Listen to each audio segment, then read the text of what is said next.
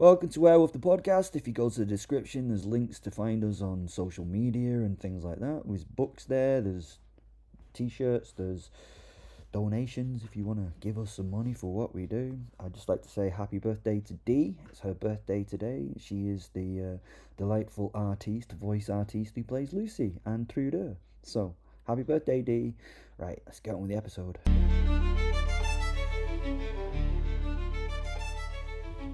Belphastus.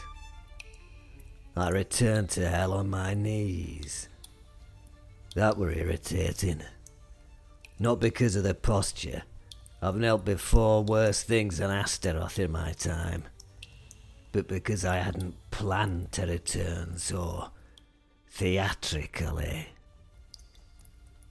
The floor was cold and black marble this time. It were probably polished by centuries of fallen pride, and it rang when I struck it, because hell is a place that enjoys punctuation. It felt like a better quality hell this time already. Marble were a lot better than that gravelly shite that were here last time I was about. I stayed there, initially on my knees a moment longer than necessary. I had to work out where I was and what I were working with. I were going to have to work out who I were going to look up and see and all. Astaroth? Lucifer? Some other dastardly demonic bastard? I needed to let him think I were discombobulated. Let him think I were heart shaken. I had a look to see. It were a reet sneaky look and all, I tell ye, 'cause I'm a right sneaky bastard when I need to be. Oh, good. It were Astaroth in that obsidian seat. He weren't ready for me to be here, were he? He were humming some jaunty tune. Of all the indignities, that might have been the worst. I looked up, ready to make him aware I was here. Astaroth sat on throne that were Lucifer's, sprawled like a cat who discovered furniture and decided ownership were implied. One leg draped over arm, claws drawn. A whetstone screamed quietly as he sharpened them, blade song echoing through the chamber. No one stabs like Astaroth, plots and jabs like Astaroth. He noticed me halfway through rhyme. Oh, he said. You're back. That was quick. I rose carefully, waiting for the pain of the bastard stabby stabs that had punctured me rock-hard abs. I dusted at the blood that wasn't there from clothes that didn't matter anymore. My mortal body were gone, of course, but the memory of the knife persisted. Pain has a way of overstaying its welcome, you see. Yes, I said mildly. That does seem to appear to be the bastarding situation. He frowned at me. But you weren't meant to be. Interesting phrasing. Not dead, not here. Meant to be. I were on Earth, I said, and then I weren't. He leaned forward, claws steepled, eyes narrowing. Old eyes, deep ones. Eyes that had watched gods be born and forgotten, and resented both. Explain, he asked. I mean, I could have said no or invented some tantalising bullshit of how it happened. But no. I might as well tell him the truth. And for some reason, I did. I told him about Tallyway, the cold, the hunger clinging to the man like a second skin, the knife shaking in his hand. The decision that finally snapped inside him like a bone under pressure. I didn't tell Astaroth that I laughed at him. I didn't tell him that I dismissed the man as irrelevant. I didn't tell him that I assumed myself untouchable. Instead, I chose my words very carefully. I unconsciously allowed it. Silence. Aye, I'm more surprised than you. I lied to the demon of lies. That single sentence did more work than 1,000 of those lies. You allowed a mortal? Astaroth said, slowly. To kill you? Asked an incredulous demon. He seemed to taste the nature of that sentence. I inclined my head. It had needed something to go right for him, I said. He needed a moment where the world acknowledged him, see? I don't know, perhaps we're being daft, but it felt the right thing to do. I looked the Duke Demon right in those empty eyeballs of his, eyes that were deep pools of life-sucking darkness. Yeah, and that were when I saw it.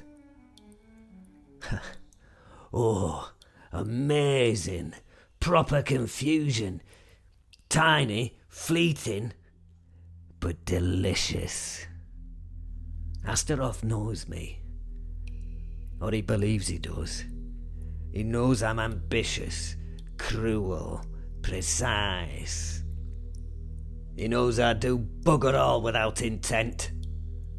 But what he does not know, what he cannot allow himself to consider, is that I would ever gamble without calculating thoughts. You realize? He said. That returning here without certainties is not only dangerous, but I can use no other more appropriate word than simply stupid. Standing now. Yeah, I said. Seemed like the right thing to do. Poor bloke were at his wit's end. I blatantly lied. I watched the thought bloom behind those black pits of eyes. Sacrifice implies faith. Faith implies purpose.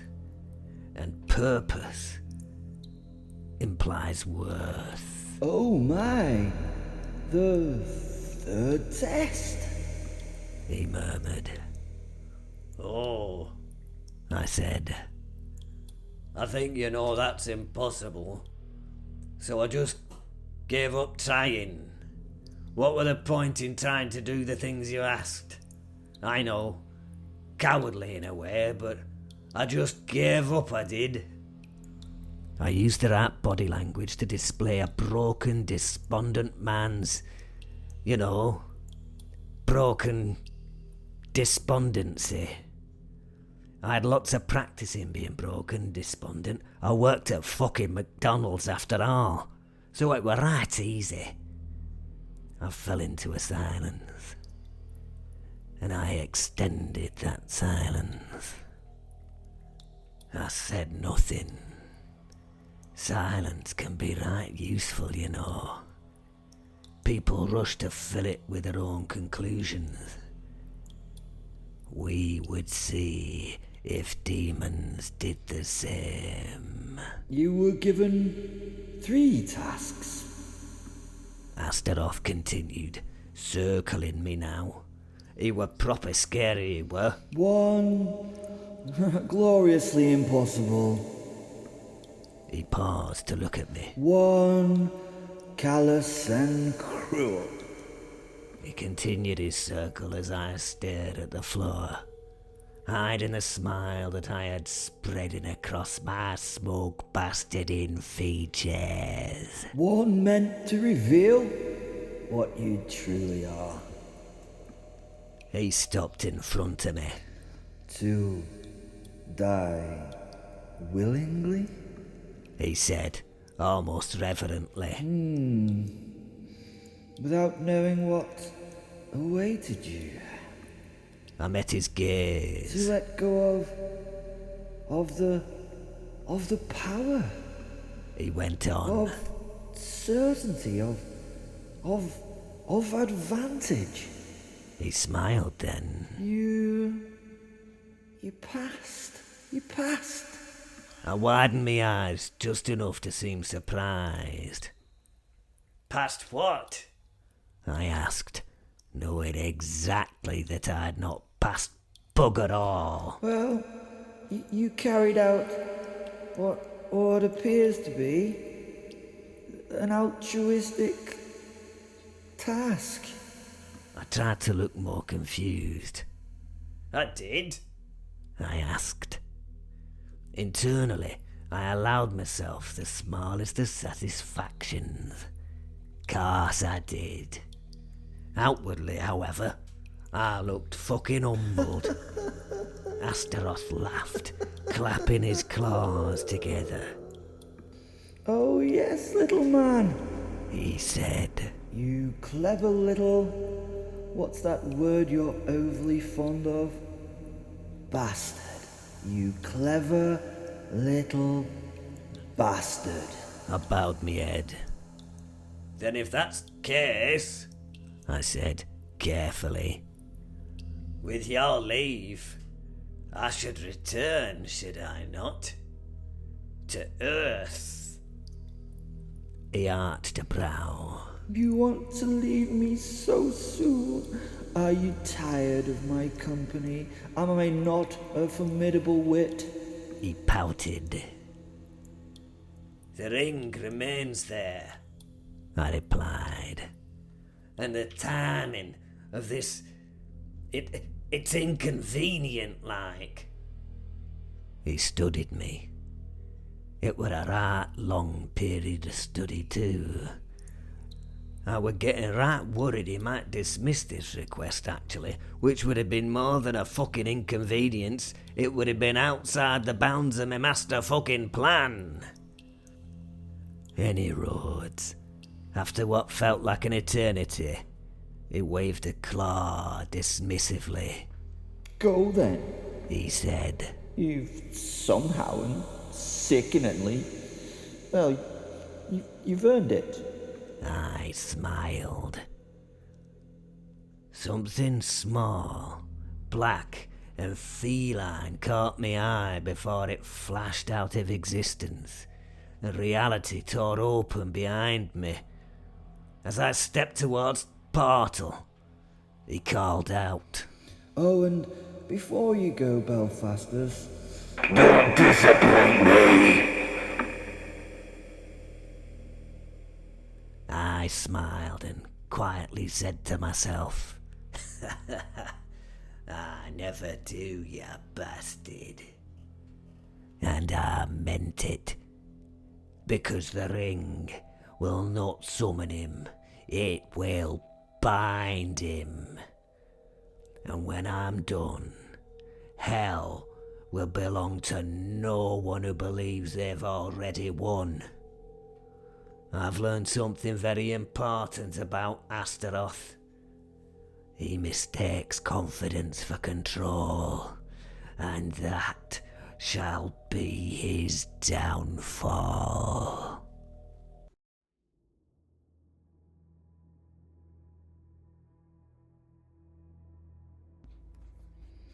Well, it was done.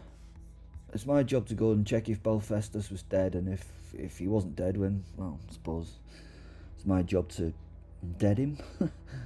Is that a possible verb? I got out of the car and zipped my jacket against the cold. I could smell the rich leather now, because it was close to my nose. His heart is slowing. Said Fen, my invisible wolf soul. I replied as I set off on my short journey. I could already smell the tantalising tang of fresh blood. It was very distracting, so much so I raised the cup in my hands to my nose to distract my wolfy senses from the blood in the air. Ah, coffee. Devil's perspiration. Said Fen. Not how I would describe it, I replied. It was very cold outside the car. Well, it would be, wouldn't it? So I tucked my chin into the collar of my jacket to seal in the heat. Once I was happy to contend with the killer, and I wandered to the scene of the murder. Murder? I don't know if the killing? Whatever. I sipped at the cup of caffeine as I walked. Flat, white, extra hot. The barista had smiled at me like the world wasn't ending in slow motion, and I'd smiled back because, well, manners cost nothing and blood cost more. And to be honest, she was very pretty.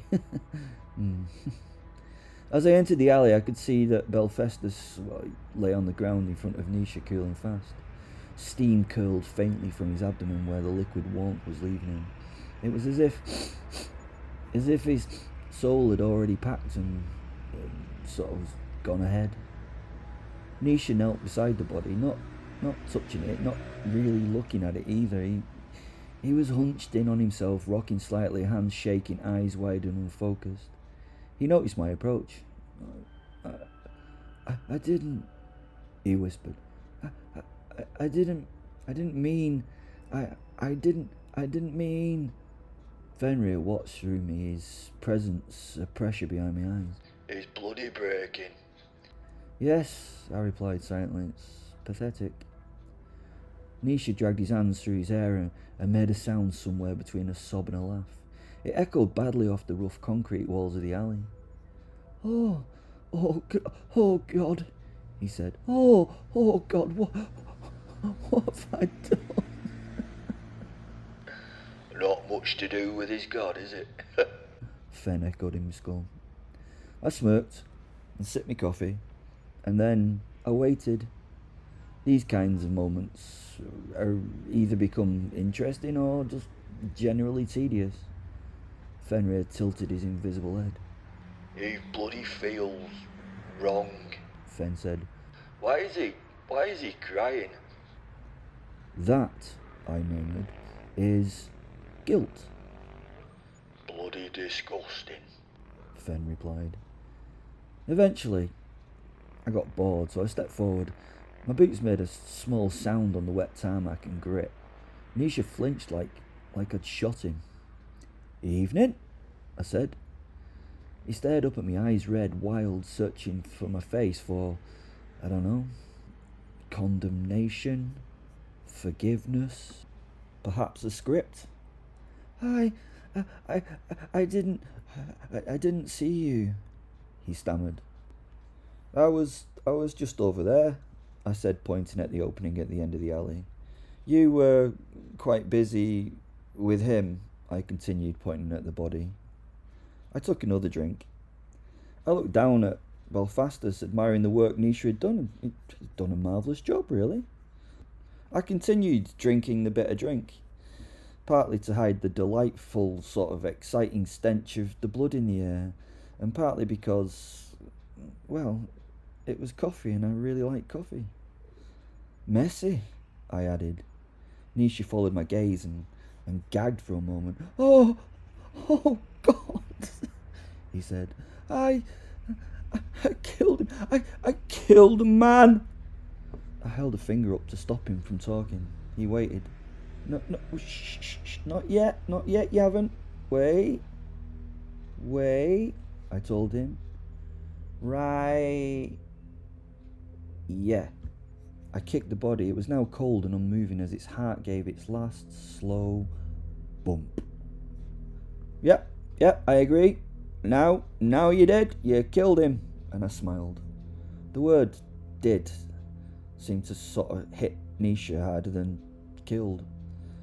I didn't mean to, he said. I sniggered at this. Well, you obviously bloody did, I laughed, pointing at the corpse. He shook his head as though this action would mean that he had not meant the kill. No.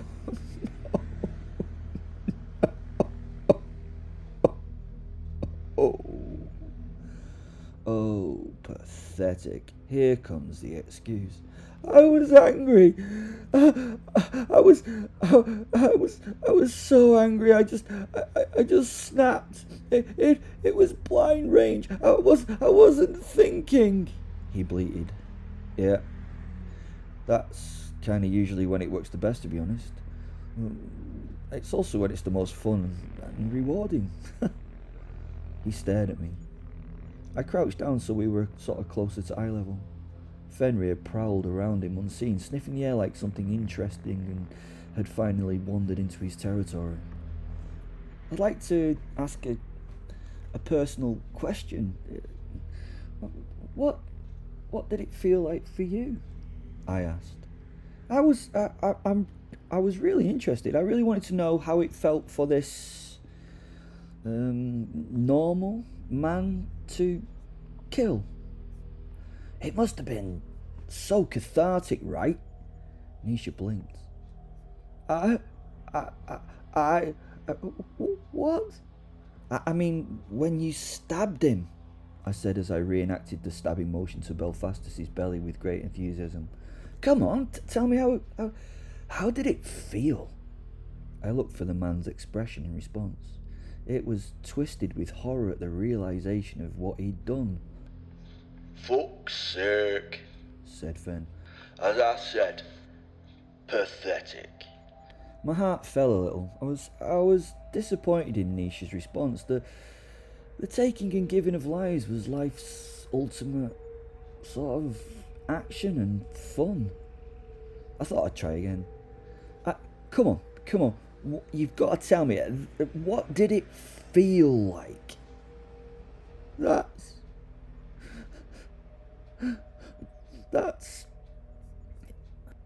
Yeah? That's a horrible question. I slapped him, and he fell to his butt as he held his cheek and stared at me in disbelief and shock. Oh, I'm sorry. Didn't mean to do that. Sorry. Sorry. I lied, trying to placate him. But it's not a horrible question in this context, in this case.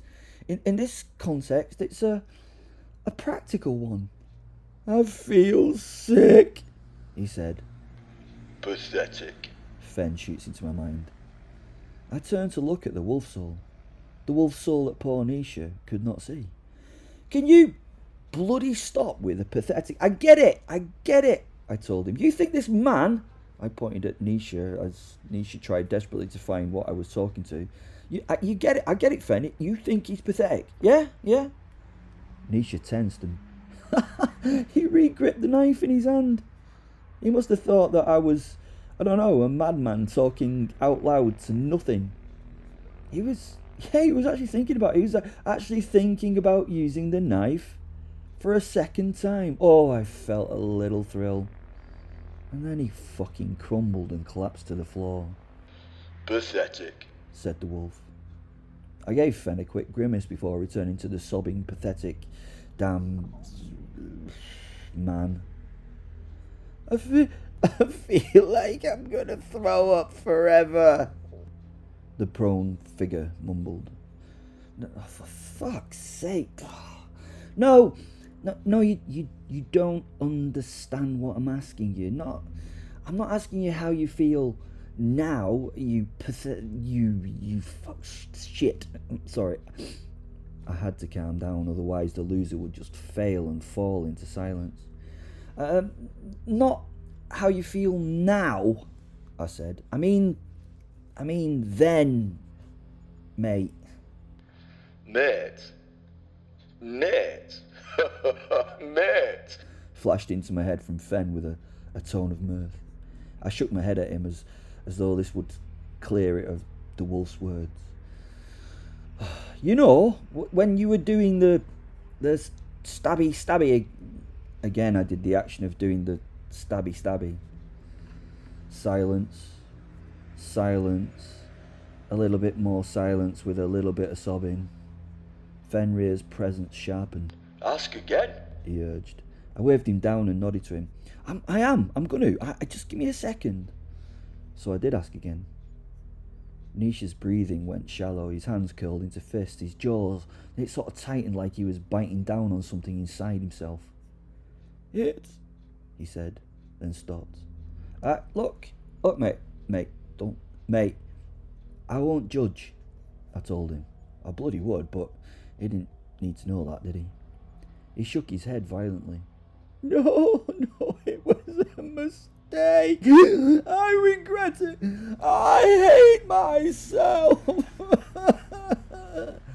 I bloody hate him too. How dull, kill him. Fenrir muttered. I frowned. Give me strength. Anyway, what was there? There had to be a moment. I pressed. I mean, like, even a tiniest moment.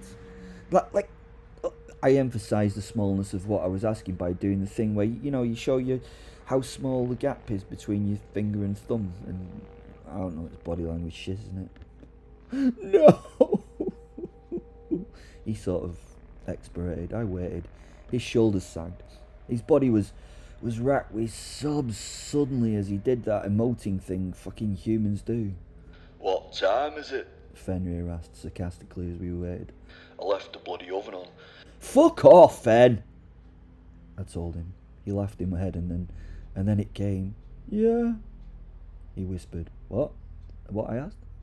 Yeah. Ah, there it was. When the knife went in, he said, voice cracking. When he stopped laughing, it was like something snapped back into place, like the world made sense for a second. Ah, shit, said Fen. I bloody owe you 5 pence on that bet. Who knew he actually had a set of balls? Nietzsche's eyes filled. I felt powerful, he said. I felt right, and then it went away. Fenrir smiled beside me. Good, he said. He understands the truth. I felt it too. I had a sort of flicker of pride for Nisha. Not fatherly, not really kind, but a recognition that he understood that hate has power and a sort of reward when acted on. It's fucking satisfying to see. And then Nisha folded. He collapsed forward, curling into himself, arms wrapped tight around his knees, sobbing loud, ugly, wet sobs.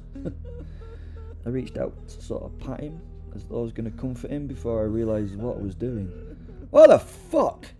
What the fuck are you doing? Laughed Fen.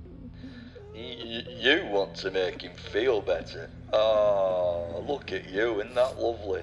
Fuck off, Fen. Nisha continued breaking on the floor, the kind of breakdown that children have when they don't understand why the pain hasn't stopped yet. I stood. I watched him for a long moment. I considered killing him. It would be easy, mercy even, but there was nothing in it. He was already ruined. Pathetic. I spat. Fenrir laughed. Now you get it, he replied. We turned away together. I walked out of the alley, coffee finished, warmth fading into the cold night. I pulled out my phone as I went. Simon answered on the second ring. It's done, I said. A pause. By which you presumably mean he's dead. Yeah, yes, presumably I do. Good. I'm very pleased to hear that. And despair? I glanced back once. Nisha was still curled on the ground, crying beside the body and shaking like the world had finally noticed him. Which was what he wanted, wasn't it? Sadly not dead. I meant it. Sadly not dead. It would have probably been better for him. I ended the call. I walked out the alley and tossed the empty cup on the ground. I was littering on purpose. Littering before the police who were sitting in that black BMW stupid series. It was Ben and Sula. You bloody rebel, aren't you, huh? Laughed Fen. I nodded at the Beamer. Its headlights flashed. I wandered over to the Audi. Well, whoever's Audi this was, who'd given it me as their dying wish this evening. I stopped and I watched the two people decamp from the vehicle and walk towards the alley. Nisha's night was only Gonna get worse. Poor, pathetic bastard.